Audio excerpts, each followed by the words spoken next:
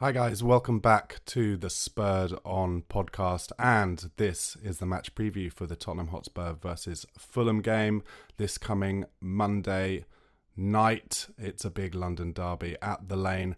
Very exciting times because, of course, Tottenham currently sit, after Saturday's fixtures anyway, in 4th position in the Premier League, but Arsenal did drop points away at Chelsea in a fascinating game on Saturday evening. To be honest, I was all ready to do a video about how Arsenal, under the pressure of a big London derby evening game with the rain hammering down, had bottled it again when they went 2-0 down. But to be fair to them, they found a way back. Although, is that because they were really good, or is it because Chelsea took off their two most creative players and really kind of let Arsenal back into the game? I'd say probably the latter, actually. But the reason I'm bringing up Arsenal is because now we have an opportunity to go 2 points clear at the top of the Premier League if we can beat Fulham at home. Fulham currently sit in 13th place. They're on 11 points. They've won 3, drawn 3 and lost 3 of their first 8 games. Their away record, they've only won 1 game away. They've drawn 2 and lost 1. They won their last game, which was at home to Sheffield United 3-1. That was an interesting game. They are most dangerous, I'd say, Fulham wide, and especially everything kind of going through Willian. He nominally stays out on the left flank, but he seems to have freedom to do whatever he wants.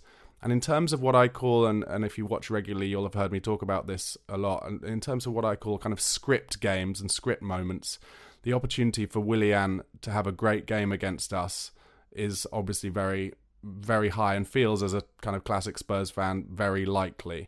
Obviously, going back many years when Spurs were about to buy Willian, we had him into our training ground for the medical, and then Chelsea stole him from us, and then he used to score for Chelsea against us all the time.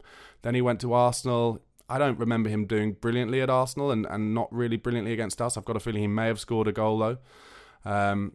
I don't know.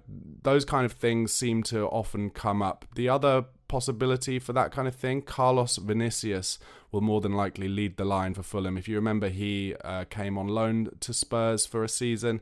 He's a big lump of a number 9. He didn't really do great at Spurs. He scored against Marine away in the FA Cup, I remember, and did his full celebration. But they're the kind of scripty moments that I could see happening.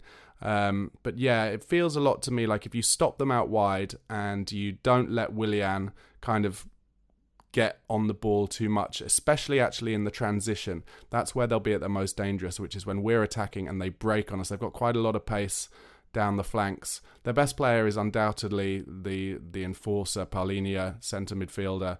He nearly went to Bayern Munich on the last day of the transfer window. It didn't quite happen for him. And he played very well against them when, of course, they beat us on penalties in the Carabao Cup game. I'd be intrigued to know what you guys thought of that Carabao Cup exit for Spurs. Obviously, there was a lot of angst at the time. We'd had a good Premier League start, of course, but a lot of angst that Big Ange didn't pick his strongest team. But I think it should be remembered that Fulham didn't pick their strongest team either. They did kind of scatter their team with first-team players, though, which we didn't. We made 10 changes, and I don't know. I think we had only recently, a few weeks before, played Barcelona in a pre-season friendly where we basically played our reserve team and they outplayed Barcelona.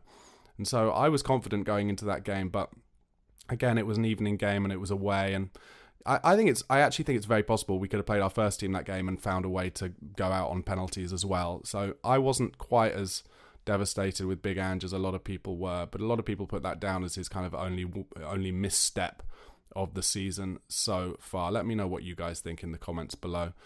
Anyway, talked a little bit about Fulham. Like I said, I think they will be dangerous on the counter-attack, but I do think this is an opportunity for Spurs to really kind of put their foot down in terms of making the most of the momentum that is currently going around the club. I'm really noticing, especially at the stadium, a strong feeling of not just the fans being up for the kind of big games as they always are, but actually feeling the the positive vibes of how big a change this is from Antonio Conte's Tottenham Hotspur, and enjoying going to every game. I've listened to a lot of podcast interviews with Spurs fans, and all of them to a T, season ticket holders, are saying, just looking forward to going there, looking forward to singing, and it doesn't matter who we're playing, it's just so exciting to see this brand of football. And I think this is the time to really make the most of that. It's the first night game at the Lane of the season. An opportunity to go 2 points clear at the top, 2 points clear of Arsenal and Man City. And if we play the brand of football that we've been playing all season, with the positivity, with the confidence, get James Maddison on the ball, get us creating stuff, get the fullbacks inverted, get Destiny on the ball running forward, and make some chances for Sonny, then I think we should win this 3-1, 2 or 3-1. It's easy to say now. It's not going to be an easy game. That's not what I'm suggesting at all.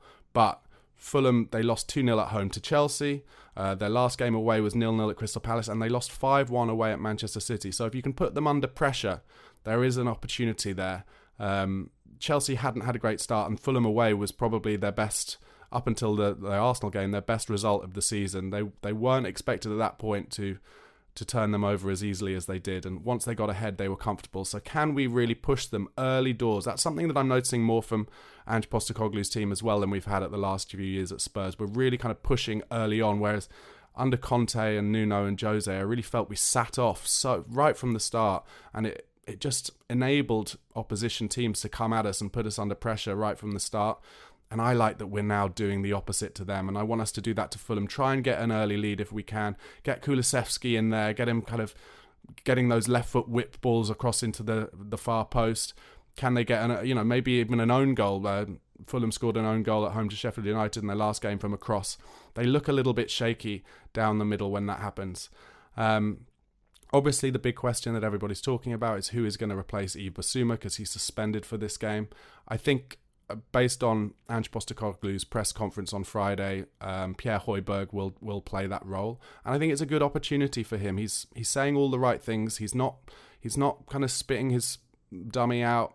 He understands that he's now in a situation at this club where he's not the first name on the team sheet, and does he want to be a squad player at a club who have big ambitions to play football the right way and to get up the table and potentially be challengers over the next couple of years?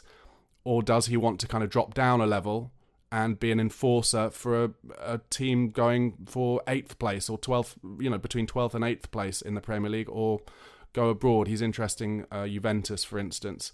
But do I think that he's automatically going to get in the Juventus side? I actually don't.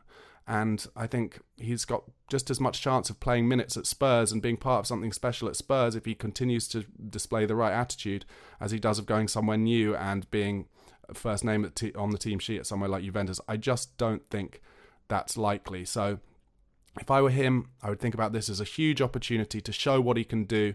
And, Bissouma took that opportunity at the beginning of the season to show that he can take the ball on the half turn from his centre-backs and beat the press of the opposition.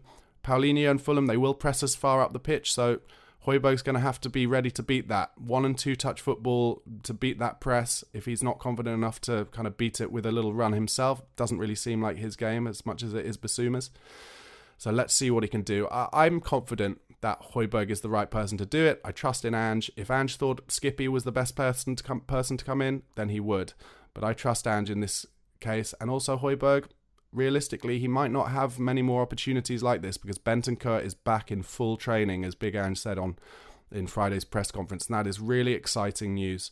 I personally think it's most likely that he would take Sarr's place as and when Bissouma's fit to play, and so it would be a Bissouma, Bentancur and Maddison 3 in midfield, but anything is possible. So Højbjerg really has to take this opportunity. So as I said, I think my prediction, I'm going to go for 3-1. I'm going to be confident, and I think the team will be basically unchanged except for Højbjerg coming in for Bissouma, which means Richarlison again starting on the left. And I think, again, he's good at getting into good positions to make chances for himself, as he did in the first half of that Luton game. He just didn't take them. Just need something instinctive to happen with him, because I've got a lot of Everton fans who love Richarlison, know that he's a great finisher and a great footballer. He's number 9 for Brazil. So if we can get him confident, he could be he could really be the next piece of the jigsaw in terms of us firing. And of course, Brennan Johnson has been training full time as well over the international break.